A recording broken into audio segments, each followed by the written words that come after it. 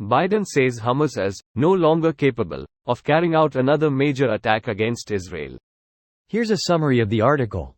President Joe Biden has detailed a three-phase deal proposed by Israel to Hamas militants that he says would lead to the release of remaining hostages in Gaza and could end the grinding Middle East war. Washington. President Joe Biden on Friday detailed a three-phase deal proposed by Israel to Hamas militants that he says would lead to the release of the remaining hostages in Gaza and could end the grinding, nearly 8-month-old Middle East war.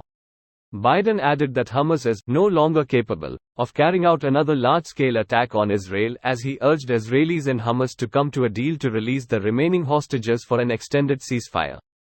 Biden said the first phase of the proposed deal would last for 6 weeks and would include a full and complete ceasefire, a withdrawal of Israeli forces from all densely populated areas of Gaza, and the release of a number of hostages, including women, the elderly and the wounded, in exchange for the release of hundreds of Palestinian prisoners.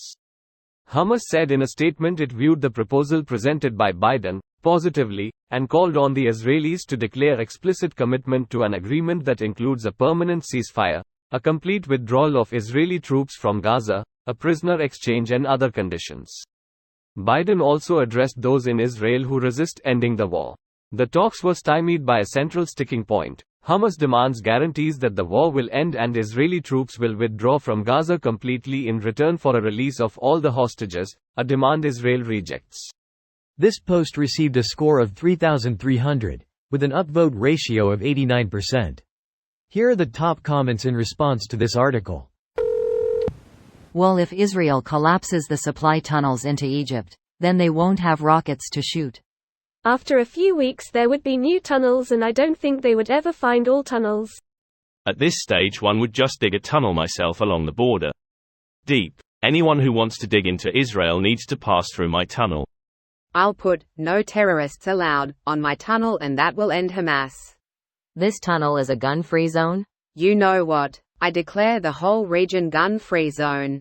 Checkmate, warlords. Nothing against missiles, warlord Selsim will be pleased. For now they can't, sure. How does he propose to keep it that way? I hear if you hang a "mission accomplished" banner on a warship, then it declares the war is over.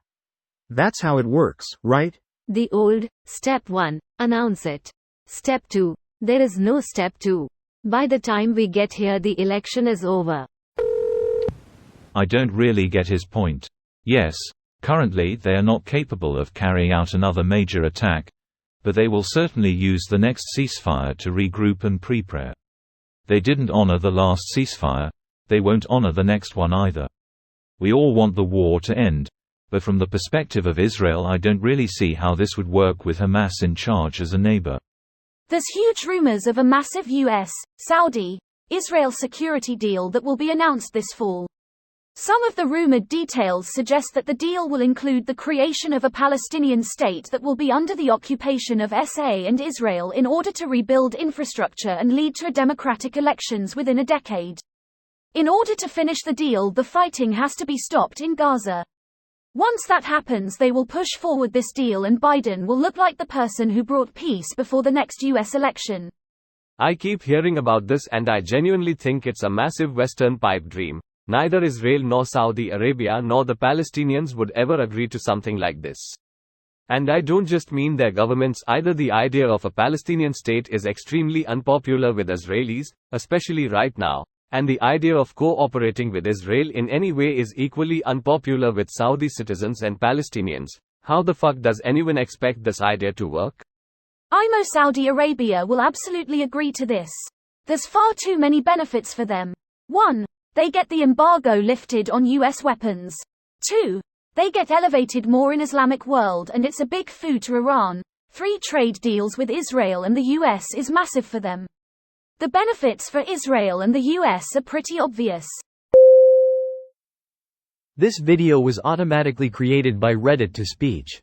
The article and comments in this video were selected from Reddit according to their upvotes, and any paraphrasing was performed by smmry.com, without any human intervention.